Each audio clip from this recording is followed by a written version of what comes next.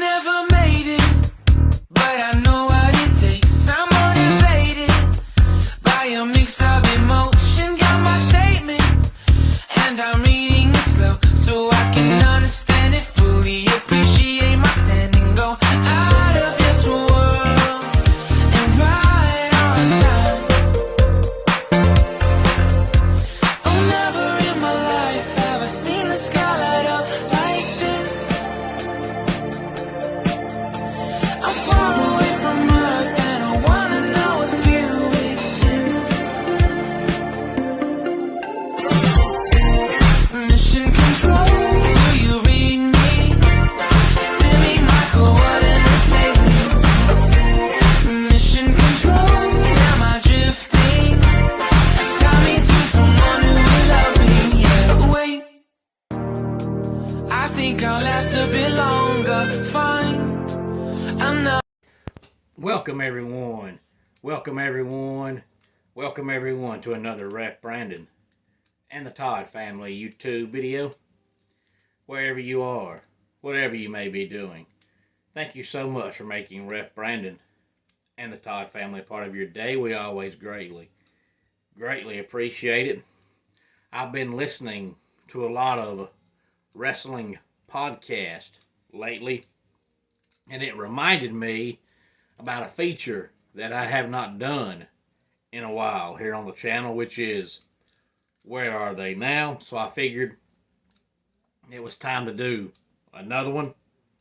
And this one is going way, way, way back. If you want to talk about this guy in his, I guess, most popular time, the peak of his existence.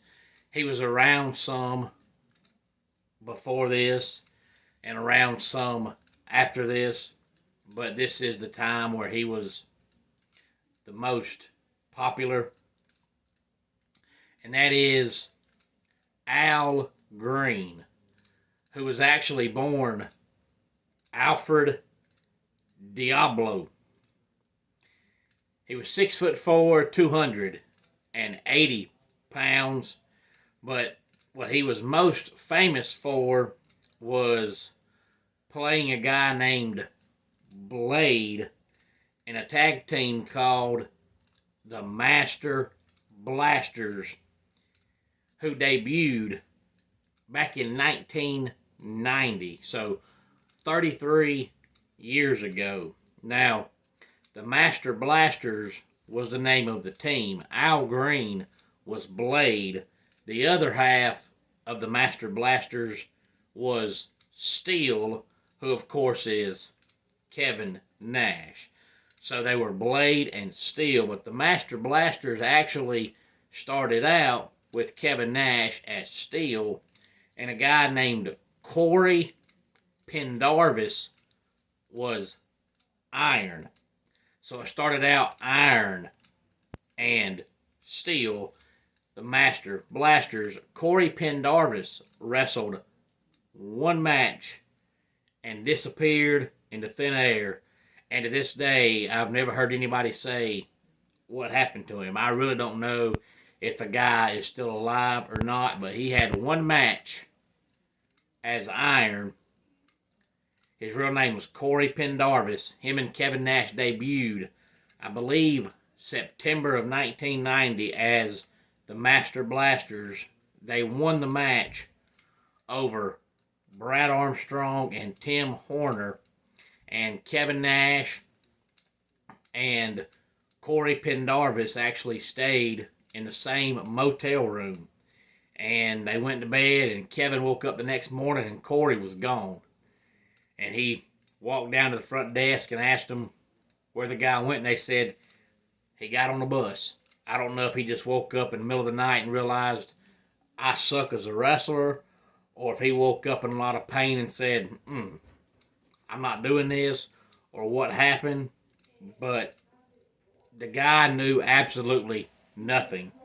He was told before the match that he was going to get in the ring and grab the arm of, I think, Brad Armstrong, and he said, what does that mean? He knew absolutely nothing about wrestling, so Al Green comes along and steps in as Kevin Nash's tag team partner. And they got a small push, and then around Christmas time of 1990, they were supposed to lose to the Steiner brothers, and Al Green thought it was too soon for the Master Blasters to lose a match since they were getting the push. So he told Ole Anderson he was not taking the pin, and next thing you know, he was fired. And that ended the Master Blasters, and then in 1991, Kevin Nash re-debuts in WCW as Oz, which is, to this day, one of the dumbest gimmicks of all time. But Al Green was born October the 15th of 1955, and he died June 14th of 2013. He died from COPD, but he was also Al Green, Al Nitty, Big Al Green, just plain Master Blaster, Bounty Hunter #1, the Dog, and Rage. And that's all the gimmicks and all the different names he used in his career. He originally retired in 2001 and then came back in 2007 for a one-off match. But definitely being part of the tag team, the Master Blasters, is what he's best known for.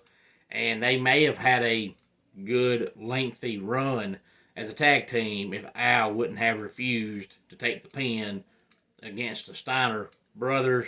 And after that, he got repackaged a few times, but he was never the same. But Alfred Diablo is one of those names, since Diablo means devil, that if your actual last name is Diablo, you really have no reason to use a stage name. It doesn't get any better than Diablo.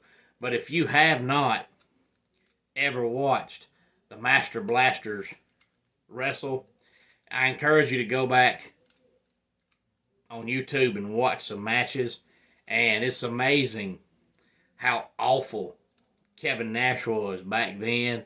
And then you realize that by the time he left and went to WW at the time F, and then came back to WCW, how good he was.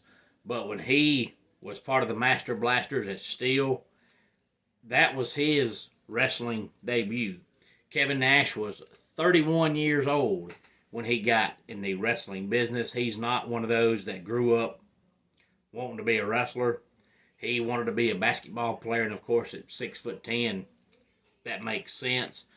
But he ended up going, I think, to a bar or a club or something, and was talked into becoming a wrestler. And his debut was when he was one of the Master Blasters. And then in 91, when he was repackaged as Oz, that gimmick was stupid, and everything he did was stupid. So it's amazing how bad he was when he started. But go back and watch some matches from the Master Blasters in 1990 and see Kevin Nash as Steel and Al Green as Blade. That was early WCW, right after it left the NWA and become strictly WCW. Any thoughts on Al Green? Please feel free to let me know. And just so you know, he was actually trained by Steve Keirn. And if you're not sure who Steve Keirn is, he was a long-time trainer in the WWF. But if you go back and watch early 90s WWF, there was a guy who had a gimmick called Skinner. And Skinner is Steve Keirn. And that's probably the most known thing he ever done as a wrestler. He also played Doink the Clown for a while. Of course, he wore all the face paint, so nobody knew who it was. But one of the times when Matt Bourne was struggling with drugs, Steve Keirn did the Doink the Clown gimmick for a while. But the Skinner character over 30 years ago is what he's most known for as a wrestler, but he's a longtime trainer in the WWF. Homes for Our Troops is a publicly funded 501c nonprofit organization that builds and donates specially adapted custom homes nationwide for severely injured post 9/11 veterans. Since the 2004 inception, nearly 90 cents of every dollar spent has gone directly to our program services for veterans. Visit at hfotusa.org. Let's go ahead and get our dad joke of the day in here. What do you call a horny square? An rectangle. And that does it for today's Ref Brandon and the Todd Family YouTube video. Until next time, it's Ref Brandon saying, just like in pro wrestling, life can be over by the count of 3. Tell your friends and family how much you love them. Bye.